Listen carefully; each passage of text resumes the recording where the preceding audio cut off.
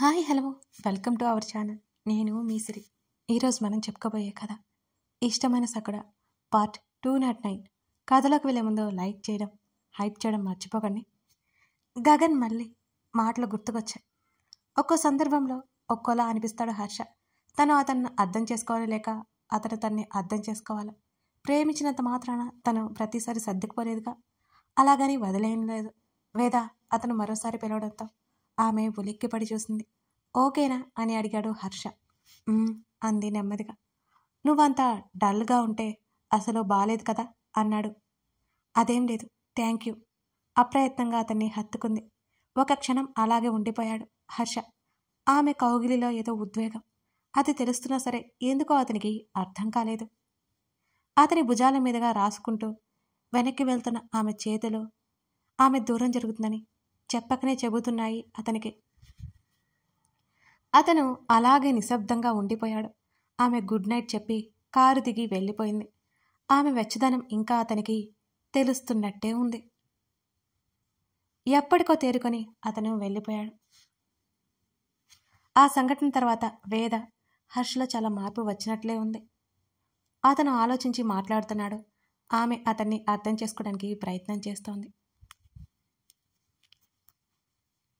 ఓ రోజు రాత్రి హర్ష ఇంటికి లేటుగా వచ్చాడు. అతను డ్రింక్ చేసి రావడం జయరామ్ని కలవడానికి గురి చేసింది. ఆ విషయం తండ్రికి తెలిసిందని హర్షల లోపల చాలా కంగారు పడుతున్నాడు. అనుకోకుండా జరిగిన సంఘటన అది. అతను కూడా ఊహించలేదు. అంతేకాకుండా మరొక రోజు అర్ధరాత్రి రోడ్డు మీద గొడవ. ఆ గొడవలో తన కొడుకు తప్పు ఎంత ఉందో తెలియదు.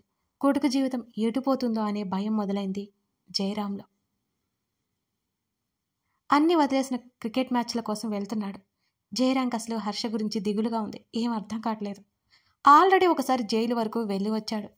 హర్షకి పెళ్లి చేస్తే అనే ఆలోచన రాగానే భార్యతో విషయం చెప్పాడు జయరాం. అదేంటండి ఇప్పుడే పెళ్ళేంటి? ఆమె కంగారు పడింది. జరిగినవన్నీ నీకు తెలుసు కదా. వాడు దారిలో పడాలంటే పెళ్లి చేసి తీరాలి అని అన్నాడు జయరాం. అది కాదండి, హర్ష అల్లరి పనులు చేస్తాడు తప్పితే చెడ్డవాడు మాత్రం కాదండి. ఆమె భర్త నిర్ణయం నచ్చక అలా చెప్పింది. నేను చెప్తున్నాను కదా, నీ కొడుకు మంచోడు, కానీ వాడు లైఫ్ని సీరియస్గా తీసుకోవట్లేదు అన్నాడు జయరాం. అప్పుడే పెళ్ళంటండి, హర్ష ఒప్పుకోడు అంది జానకి. ఒప్పుకొని తీరాలి. అది కాదండి, ఒకసారి వినండి. జానకి, వాడు జైల్లో ఉన్నప్పుడు నేను ఎంత అల్లాడిపోయానో తెలుసా నీకు? వాడు ఎప్పటికీ బయటికి రాడని అర్థమవుతుంటే నాకు పిచ్చి పట్టినట్లు అనిపించింది. అక్కడ శిక్షలు ఎంత కఠినంగా ఉంటాయో తెలుసా? అవన్నీ గుర్తుకొస్తుంటే నాకు నిద్ర కూడా పట్టేది కాదు. నేను జాగ్రత్తగా ప్రేమగా పెంచుకున్న నా కొడుకు నా కళ్ళ ముందే ఆ జైలు గోడల మధ్య దిగులుగా కూర్చుని ఉండడం చూస్తుంటే నేనున్నది ఎందుకు అనిపించింది జానకి. మళ్ళీ అలాంటి పరిస్థితి రాకూడదంటే హర్షకు పెళ్లి చేయాలి. అప్పుడే రెస్పాన్సిబిలిటీస్ వస్తాయి వాడికి అని గంభీరంగా అదే తన నిర్ణయం అయినట్టు చెప్పాడు జయరాం. ఆమె ఇంకేం మాట్లాడలేకపోయింది. కానీ అమ్మాయి అని అడిగింది. నేను ఆల్రెడీ అమ్మాయిని చూశాను, మంచి అమ్మాయి, బాధ్యత గల అమ్మాయి అని అన్నాడు జయరాం. ఎవరు? తన భర్త అలా పొగుడుతుంటే ఆశ్చర్యపోయింది జానకి. వేద అన్నాడు. తన భర్త మాటలకు ఆమె మరింత విస్మయంగా చూసింది. వేదనా? ఏం, నీకేమైనా అభ్యంతరమా అని అడిగాడు జయరాం. ఆమె తల అడ్డంగా ఊపింది. ఏంటి అలా చూస్తున్నావు? పరువు డబ్బు గురించి ఆలోచించే నేను ఎలా చెప్తున్నానేంటా అనా? నవ్వుతూ అడిగాడు జయరాం. ఆమె మాట్లాడలేదు. కానీ ఆమెలో కూడా అదే ప్రశ్న తలెత్తుతోంది. వ్యాపారంలో ఎదగడానికి అలా ఉండక తప్పదు. అంతేగాని నా కొడుకు విషయంలో ఇవన్నీ నాకు నథింగ్ అని అన్నాడు జయరాం. ఆమె తృప్తిగా తల ఊపి నవ్వింది భర్త ఆలోచనకి. నాకు వేద ఇష్టమే అన్నది ఆమె. ఈ మాటలన్నీ ఆదిత్య విన్నాడు. హర్ష దగ్గరికి వెళ్ళి ఆడ పట్టించడానికన్నట్టు మొత్తం చెప్పేశాడు ఆదిత్య. మొదట ఆశ్చర్యం వేసిన తండ్రి నిర్ణయానికి విపరీతమైన కోపం వచ్చింది. తనని అదుగుతాడు కదా, ఆ సమయం కోసం వేచి చూస్తున్నాడు హర్షవర్ధన్. అయితే అతనికి వేద అని తెలియదు. ఏంటంకుల్ మీరనేది? వేద మరింత ఆశ్చర్యంగా చూసింది జయరాం వంక. అక్కడ గగన్ కూడా ఉన్నాడు. అవును వేద, నీకు హర్ష అంటే ఇష్టమైతే మీ ఇంట్లో నేను మాట్లాడతాను అని అన్నాడు జయరాం. కానీ అంకుల్, అప్పుడే నా స్టడీస్ అయిపోయాయి అంకుల్ అంటూ ఆమె ఏదో చెప్పడానికి ప్రయత్నం చేస్తుంటే, నువ్వు నా ఇంటి కోడలుగా వచ్చినంత మాత్రాన నువ్వు ఇంతకుముందు ఎలా ఉన్నావో అలాగే ఉంటావు వేద. మార్పు ఉండదు. నీకు హర్ష మీద ఇష్టం ఉంటే నా మాట కాదనకు. ఆయన స్వయంగా అడుగుతుంటే ఆమెకు ఒక్కసారిగా విపరీతమైన సంతోషమేసింది. అంతలోనే హర్ష గుర్తొచ్చి, కానీ అంకుల్, హర్ష అంటూ ఆమె నసిగింది. వాడికి కూడా నువ్వంటే ఇష్టమే. ఆ మాటలకి మరింత సంబరంగా చూసింది వేద. నేను మీ ఇంట్లో మాట్లాడుతాను. నీకు ఇష్టమే కదా? ఆమె తల మీద చేయి వేసి నిమిరాడు జయరాం. ఆమె తల కిందకి దించి నెమ్మదిగా తల పంకించింది. గగన్, ఇంటికి రా రేపొకసారి అని చెప్పి జయరాం వెళ్ళిపోయాడు. వేద నవ్వుకుంటూ తల తిప్పి చూసింది. గగన్ కళ్ళెగరేశాడు. నువ్వే చెప్పావా అంకుల్కి అని అడిగింది ఆమె. ఏం చెప్పానని నువ్వు అనుకుంటున్నావు నేను అని గగన్ తిరిగి అడిగాడు. అంకుల్ డైరెక్ట్గా నన్ను అడిగాడు. ఎందుకు? వేద ప్రశ్నించింది. నీకు తెలిసిన అమ్మాయి ఎవరైనా ఉన్నారా అంటే నువ్వు ఉన్నావు అని చెప్పాను. నువ్వు తెలుసని చెప్పాను అంతే. మిగతాది నాకే సంబంధం లేదు అని భుజాలు కదిలించాడు గగన్. థ్యాంక్ యూ అని హర్ష నాకెప్పుడూ చెప్పలేదే. ఇడియట్. తను కూడా అతనికి ఇష్టమేమోనని వేద మురిసిపోయింది. వాట్? ఏం మాట్లాడుతున్నారు డాడ్? నేను వేదని పెళ్లి చేసుకోవడం ఏంటి? అయినా అప్పుడే నాకు పెళ్ళేంటి అని కోపంగా అరిచాడు హర్ష. హర్ష, ఇందులో డిస్కస్ చేయడానికి ఏం లేదు. నీకు ఇష్టమైతే క్రికెట్ ఆడుకో. ఆడడం కోసం నేను ఒప్పుకుంటున్నాను. నువ్వు వేదని పెళ్లి చేసుకోవాలి చాలు అన్నాడు. డాడ్, మీరేం మాట్లాడుతున్నారో అర్థమవుతుందా మీకు? పెళ్ళి అనేది అంత ఈజీనా? నాకు నచ్చద్దా? హర్ష మరింత ఆవేశంగా టేబుల్ మీద ఉన్న ఫ్లవర్ వేజ్ విసిరి కొట్టాడు. హర్ష, జయరాం గొంతు ఆవేశంగా వచ్చింది.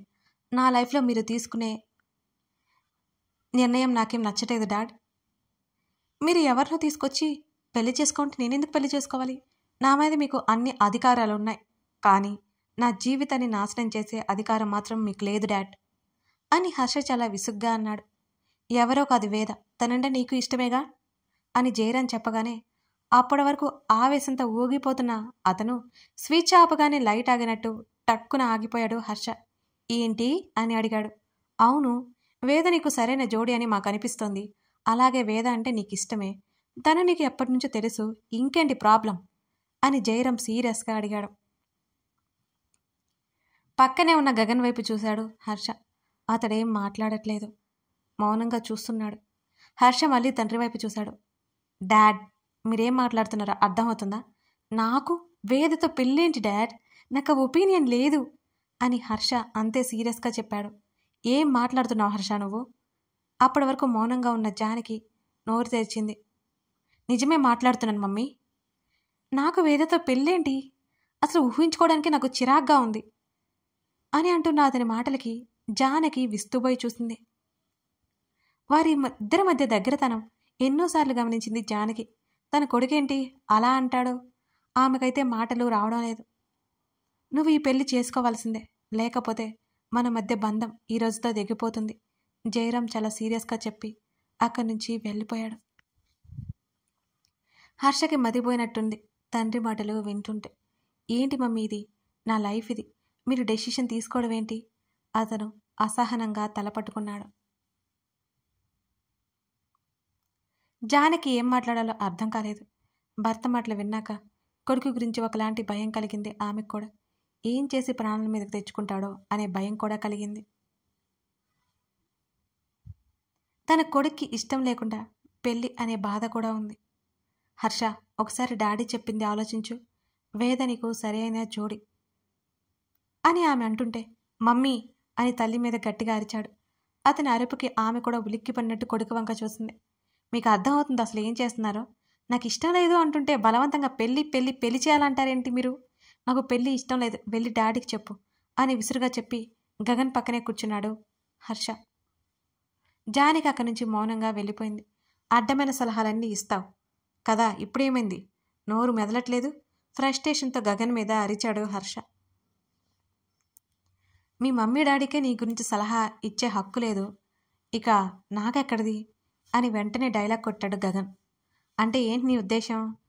నువ్వు కూడా వేదని పెళ్లి చేసుకోమని అంటున్నావా? గగన్ కూడా అదే ఉద్దేశంతో అన్నాడని అతనికి మతిపోతున్నట్టే ఉంది హర్షకి. నా ఉద్దేశం ఏం లేదు, నీ లైఫ్ నీ ఇష్టం అన్నాడు గగన్. రెండు మాటలు మాట్లాడుకురా, రెండు రకాలుగా మాట్లాడతావు రే అని అరిచాడు హర్ష. హర్షకి పిచ్చి పట్టినట్లయింది. నాకేం అవసరం చెప్పు అని గగన్ అన్నాడు. మా డాడీ డెసిషన్ కరెక్టా కాదా అది చెప్పు చాలు నువ్వు. నేను చెప్పాను అంటే నువ్వు చేసి తీరాలి. చేస్తావా మరి? గగన్ సూటిగా చూస్తూ కళ్ళెగరేశాడు. మీ అందరికీ ఏదో అయిందిరా. నువ్వేం చెప్పొద్దు నాకు. నీ డెసిషన్ అర్థమైంది. నీకు బ్రెయిన్ కూడా దొబ్బింది. హర్ష చిరాకు పడ్డాడు.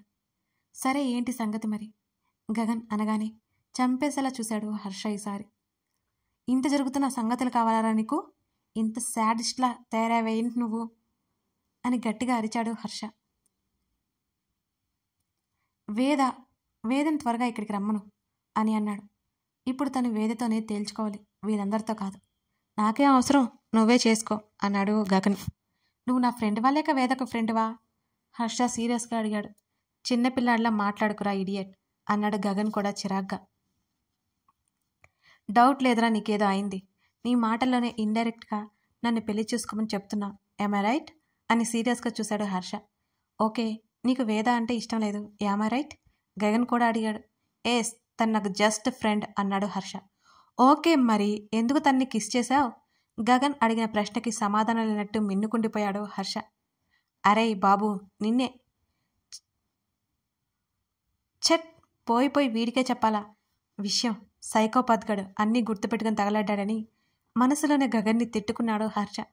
అదేం లేదు, అది జస్ట్ లాస్ట్ ఫీలింగ్ అని మొహం తిప్పుకున్నాడు హర్ష. ఓహ్ గుడ్. మరి ఎంతమంది మీద నీకు కలిగింది అలాంటి లస్ట్ ఫీలింగ్?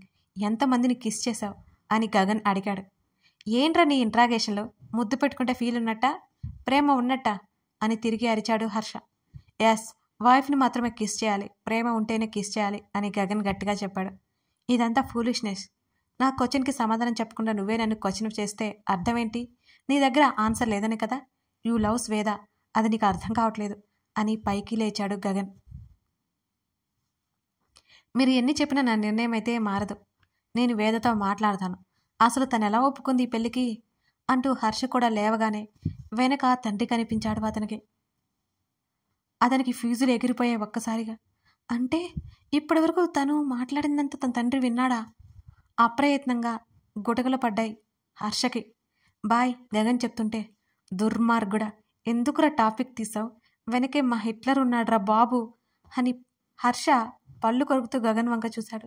గగన్ ఓ నవ్వు పడేసి అక్కడి నుంచి వెళ్ళిపోయాడు. తండ్రి అలాగే సూటిగా చూస్తుంటే దిక్కులు చూస్తున్నాడు మన హర్షవర్ధన్.